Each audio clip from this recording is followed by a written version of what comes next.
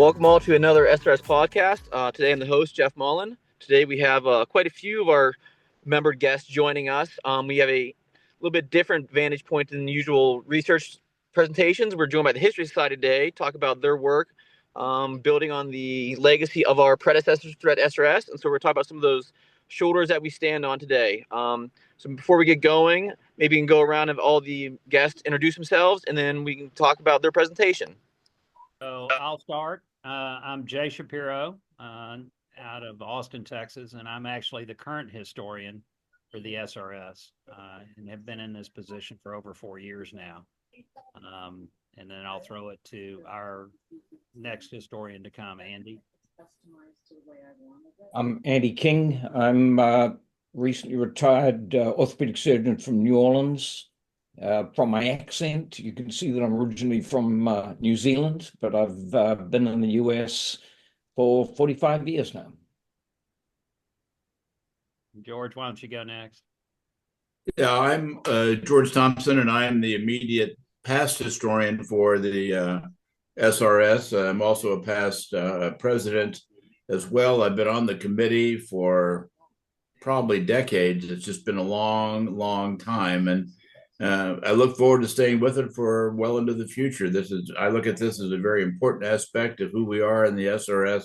We have tremendous history, and it's important that it be recorded and documented by those who actually were performing it during that time. Beiruz? I'm Beiruz Akbarnia. I'm in San Diego, California. I'm also the past historian too, before George Thompson. And same past president of SRS, and I'm now as an advisory capacity for the historical committee of SRS. Thank you. And Rick, you want to? Yeah, hi, I'm Rick Schwend. I'm on the committee. I live in Kansas City, so I'm fortunate to have physical access to the SRS archives. That's quite a benefit for me living here. Thank you. So I'll introduce Katie and actually give you a little bit of history. Katie Dold is our archivist, and we're extremely happy that she's with us. She's going to be on the podcast with us. We hired Katie over a year ago, and I'm happy to report that with the support of the board and the society, Katie's going to be with us for at least another 3 years, and most of us hope for a long, long time after that. Little bit of background, the reason for an archivist is not only just to put things in position and catalog and document things. Katie has become an integral part not only of this committee, but also an incredible resource, and is going to be an incredible resource for the members. She is able to help members find things in the archives, do whatever research they want to on historical aspects. She can be helpful for people who are doing talks and want to get some slides or information about some historical perspectives, or even if you're writing a research paper and want to get some historical perspective of what's going on and what we have available, she can easily do that. And from our standpoint, the biggest thing that has happened over the last year or so is that Katie has become an incredible content expert in a short period of time of not only what has happened in the society, but also is continuing to gain knowledge and knowledge base on spine deformity and the history of spine deformity. So she's a great asset. Katie, I'll let you introduce yourself and where you're at right now. Yeah, so I am Katie Dold. I am the SRS archivist. I am currently in the archives. If you're watching this video, you'll see all the archives boxes behind me. As Dr. Schwinn said, the SRS archives are located in the University of Kansas Medical Center archives in Kansas City, Kansas. So if you are in the area, please stop by at any point. Yeah, and the SRS archives are just such a treasure of information. And they host so much more than just like board documents, but they're also histories of people in the society. There are influencer videos, and there are just so many other things that people come to me looking for information on, whether that is dates for different awards that people have gotten, like FDA approvals for instrumentation, for writing biographies or obituaries for important members in the society, people looking for meeting photos or photos of their mentors, or things on the founders of the SRS, or basically anything you can dream up of that's spinal deformity or SRS related, we probably have in the archives. And Katie, can you explain to our listeners why are the archives located in Kansas City? Yeah, so they are in Kansas City because who Dr. Paul Harrington went to KU School of Medicine, and after he passed, he willed his archives to us at KU Med. And following in those footsteps, after the Harrington archives were established, the SRS archives followed in that path too. And so we have now grown quite an extensive spine and orthopedics collection that's not only the Harrington archives and the SRS archives, but also Walter Blount's collection and Dr. Mark Asher's collection and several local Kansas City orthopedic surgeons too. And I want to give one quick plug to a fascinating book called Dogged Persistence, which is based off a lot of those history there.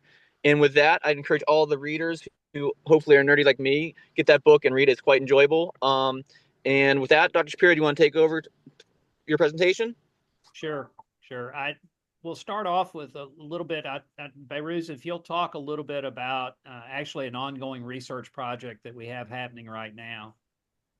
The archive is not just housing documents and material and artifacts, but one of the best features of archives is to have access to all the abstracts of papers that were presented since day one. So since 1966 to date, we have almost about 9,000 to 10,000 abstracts that are searchable, and you can go there and try to look at the trends and any research that is the aim. In addition to that, there are other documents in the archives that indicates the research and things.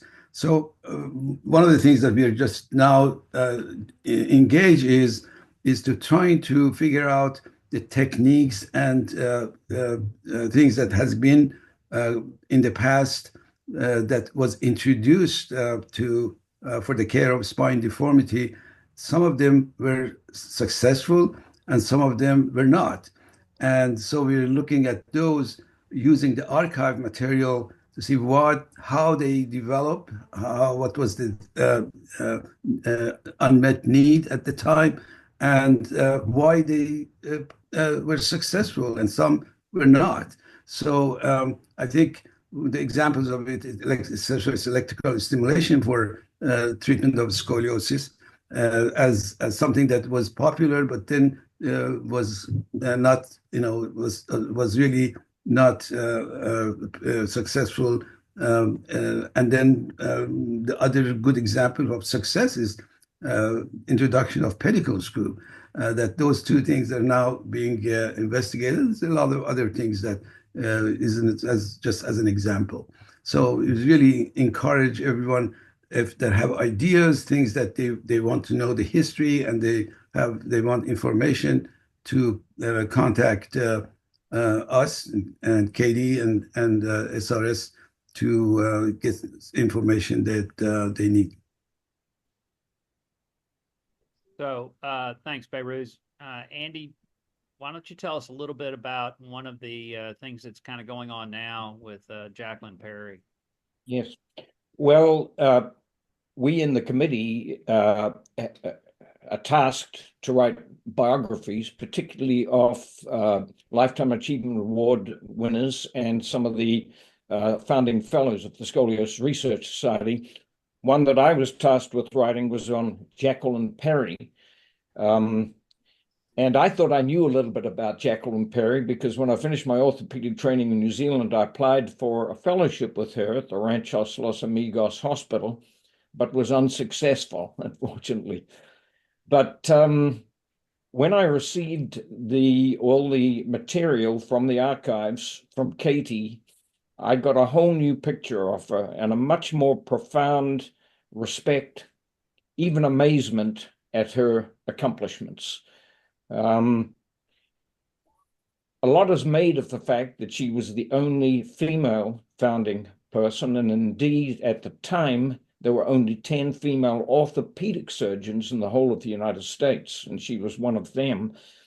But it's interesting that when you read the archive material, she herself sort of brushed that aside. She said gender was never very important to her. The most important thing was her passion for her work and the knowledge of orthopedics, and that comes out when you read her biography. The focus of her work was disability, rehabilitation, bioengineering. Possibly that started because she started off during World War II at Walter Reed Hospital as a therapist, first a physical PE and then physical therapy. And then she got so immersed in the work, she wanted to be more of an actual doctor. So she went out to California, went to medical school, then did her orthopedic training, and then moved to the Rancho Los Amigos Hospital, which she built up to be world famous, particularly in disability and rehabilitation. Now, the rehabilitation she had to start with was polio. And I've seen pictures of about 20 iron lungs all lined up, for these poor polio cases. And of course, later on, when the polio vaccine came up, that dried out, but she became very interested in a thing called post-polio syndrome. But I go back to the start of my career, there were still a number of cases with very severe polio left over that I had to operate on. And I found those some of the most difficult scoliosis cases that I'd ever done. There was a lot of rotation. They were very stiff. And so I can understand her problem. Now, when you look at treating scoliosis caused by polio, because it was so severe, she started many different treatments, particularly halo distraction, halo body casts, gradual treatment, which still are used in various forms today. But she was the one that really started those. She also had a great interest in engineering. And one of the things she started for disabled people was gait analysis laboratory. She was really the start of gait analysis. She wrote a textbook on it, which is still used today. And I found in her archives also that she got analyzed other things apart from just gait. She analyzed the golf swing, for example, from a biomuscular type of analysis. So I would encourage many young orthopedic surgeons to read about her, and what comes out is just focus and passion on her work. Now, since she died, and she died at the age of 95, interestingly, she gave a Lifetime Achievement Award lecture to the Scoliosis Research Society at age 90, which is pretty incredible. That because she was a female, she's become really an idol or an icon for women in orthopedics, and particularly women in scoliosis surgery.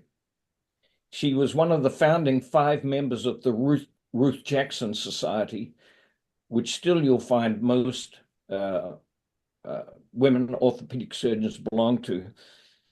But I found something else in the research, that there is something was started afterwards called the Perry Initiative.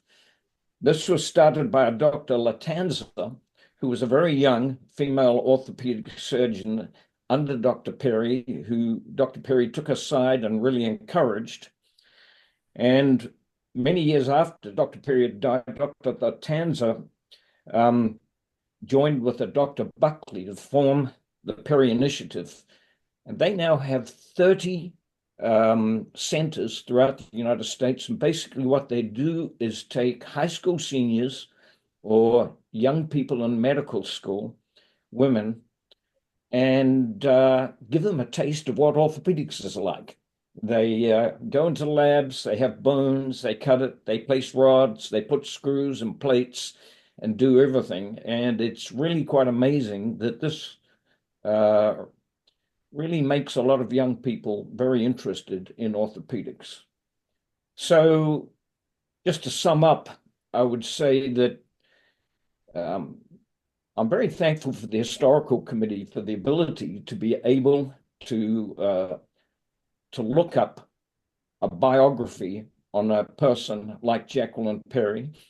And we really couldn't do it without the archives that we have and the material that we have, which is, it's all there if you want to go look. So thank you very much, Katie, for helping us along with this. So Andy, to kind of tie into that, one of the things that's available to all members is on the website, we have not only lists of who were Lifetime Achievement Award winners, who were founders, who were past presidents, but also increasing numbers of biographies. And then there are interviews with all these people. And in fact, we'll give you a little taste of that with a clip of the interview with Jacqueline Perry talking about her development of the halo traction process. So Yes. we'll cut to that now so that everybody can kind of get a taste. But there are a large number of interviews, both video and audio, available on the website, and especially easy to get to. So we'll go ahead. In your video, what you'll see is she did not shy away from the difficult cases. In fact, that was what she really enjoyed working on. And the halo distraction apparatus is for difficult cases. Tell me about the skull halo, Jackie, because your name is your name and the late Vern Nickel is always linked with the development of the skull halo. Well, we did it. The history of it is that actually we started out with some patients who had very unstable necks from paralysis and even have trouble speaking and swallowing. And so we tried hone wires, which are really just wire loops through the burr holes in the skull. And that's why I did 2 of those so I could position the neck. Well, that was only with traction, and we used to have to use pads behind the neck to get the right lordosis, and that wasn't very practical. It was a little hard on the skin, like pressure sores. So then Vernon Nickel went to a meeting, and he learned about this tiara, an incomplete loop that they were using for facial maxillary work. What was this? Well, it's like an incomplete crown, like a tiara that goes. Oh, tiara, yes. And that's what it was. It was 2 3/4 circles with pins done by a man named Bloom, who used them for facial maxillary frames so they could pull out the faces. Mm-hmm. And Vernon brought that home as the answer. And so where did he saw this in a polio meeting in Houston. So somebody was talking about facial maxillary work. I'm not sure why, but anyhow, it was 1956. And he came home with it, and so I stuck it on, and we promptly broke with all the extra holes in it. So then we made a full circle, and then we made an arch in the back so we could get to the upper cervical spine, because I was going up to C2, in fact, the oxford sometimes, and put it on a frame. And our original frame went way up in the air, about 5 or 6 inches, because these collapsing spines, you'd pull them up that much. You just when you straighten them out. Of course, you don't need that with fractures today. No. And we put them on body casts. It went clear down to usually involved their thighs. And then we initially started for the neck, and then pretty soon we used it for traction for the entire spine. And then of course, and that was great. It worked fine. And then that was the framework also for our osteotomies, and it was just a way of holding the whole spine. And of course, later it was simplified to, the framework was simplified for fractures. We got on, and I think you saw the first halo pelvic sets we developed in Hong Kong. Yeah, I put the first halo on there. You did, actually, yes. Yeah, come think of it, that was why I went to Hong Kong. Was it to get the halo started, was it? That's right, and then Arthur didn't have a use for it. Arthur Gow. And so one day, finally, he had a case. And so, well, we had it cooked and sterilized, and it was sitting in the corner. And so one day he had a case he couldn't stabilize the neck. So very quickly we suddenly put on a halo, and that started. Hopefully everybody enjoyed that video and audio clip, and just kind of a taste of what's available. But we have interviews with a lot of people who develop techniques that everybody uses on a regular basis, and it's really interesting to listen to the people on how they develop that. And it also probably is important for members who are in the process of trying to develop procedures and processes to understand how a lot of the things that we take for granted were developed. Rick, I'm going to ask you, if you can, to maybe talk a little bit about the archive itself and just having the availability of the archives there, and kind of not only that, but also what's available on the website. Yes, thanks, Jay. As far as the archives, it's a great place to visit. I know Kansas City is not a place everybody just shows up, but if you do happen to be in the area, Katie Gold is the person to contact, and she can arrange a visit for you. We'll get you free parking and directions how to actually get to the archives. Alex also has been very helpful. Once you go to the archives, it's not just the Scoliosis Research Society archives. There's also the Paul Harrington collection that Mark Asher was very instrumental in organizing.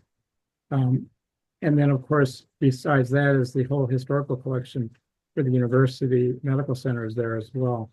So whatever you're interested in, there's a lot of options for you to experience this. The key thing is just making direct communication with Katie and then she'll arrange to have material available to you. And you don't have to physically show up as well, but you can arrange for Katie to give you access to material that you might need for whatever project you're working on. And I just want to make a little plug for the website. If you haven't been to the historical part of the website, it's a wealth of information. If you have a little bit of time to just look through it, you go to the home page, and then at the last column, it says SRS History and Archives. And then you go to that and then open that up, and there's a really nice timeline of information by decade that you can look at to get a historical perspective of our both of our society, but also just the timeline of scoliosis treatment. And then there's also a members only page that gives you access to abstracts, different artifacts, and in particular, there's over 200 videos, and then you can go and just search by whoever you wanted to look at, and then all the important people in the SRS are interviewed on those videos. So I would recommend that you do that as well. So anyway, thank you, Jay. Thanks, Rick. George, why don't, if you can, maybe give people a little information about how important it is for people who are working with people who were part of the development of spine deformity surgery, that not only make sure that we get their historical artifacts and everything else, but also to kind of make sure their legacy is maintained in the society.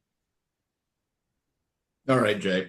Well, I wanted to say to begin with that I've been on, as I mentioned earlier, I've been on this committee for decades. And we have had an absolute explosion of activity with the addition of Katie and with the with the assistance of people like Rachel Davis, who is our societal coordinator for this committee. There is just so many more things we're doing now than we weren't even doing 2 or 3 years ago. I am just amazed, and I'm very pleased with the activities that we've done, and hopefully the membership is going to appreciate the easy access of getting to this material, having it adequately summarized and available to them. The two things I really wanted to mention was, about the artifacts. It's important for those of you who are reading or viewing this podcast or listening to it. If you have artifacts in your home or in your office, you feel it may be important for the society to have, is to contact Katie. I've been amazed that we already have a lot of these things, but there are still things that she doesn't have that will be important for people to have access to in the future. As an example, today I asked Katie if she had a copy of the photograph of the board of directors from my first presidential year in 2007, where we were on the Britannia and all members were in the kilt. And that was actually my gift to the board of directors for that meeting. It was in a nice Celtic frame, and we had extra ones made, and I have 2 extra ones here, and then she said she did not have it. I'm certainly going to make sure she gets that, because it's just kind of a classic thing, not only for the picture, but the fact that it was a gift to the board of directors that would make it hopefully something people enjoy seeing over the years. But that's just an example. So if you have things at home, whether it be printed material, photographs that are of unusual nature you feel might be of interest to the membership or the society, send it to Katie. Let her go over it and let her decide whether or not it's something that we would like to have, or whether we don't already have a copy of. So I think it's just been critical, and I am extremely pleased with her addition to what we do. I mean, our productivity is unbelievable compared to just a very short time ago. And I look forward to this thing growing and becoming more productive as the years go by. One of the things that I was going to mention, you've heard about Jacqueline Perry. And as an aside for that, I mean, my topic is Les Nash. And Les Nash is one of my previous partners. He's also a past president. He was the past Lifetime Achievement Award winner. And a person that a lot of people don't know about. And Les was the person who developed the clinical application of spinal cord monitoring in the 1970s. Les was a close friend. My wife and I were having dinner with he and his wife about 5 years ago. And I told him of a project that I wanted to do. And I got reamed out. And the one thing was that I felt in my mind, I still feel that way today. And what I'm about to say is probably the singular regret I have about my entire career, is that I felt that Les Nash should be nominated for a Nobel Prize. His work in the clinical application of spinal cord monitoring, even in the very early beginnings when it was somatosensory evoked potentials, to where we are with multimodal applications today, changed the face of what is done in the world, both in children as well as adults. And if that isn't a Nobel Prize worthy accomplishment, I don't know what is.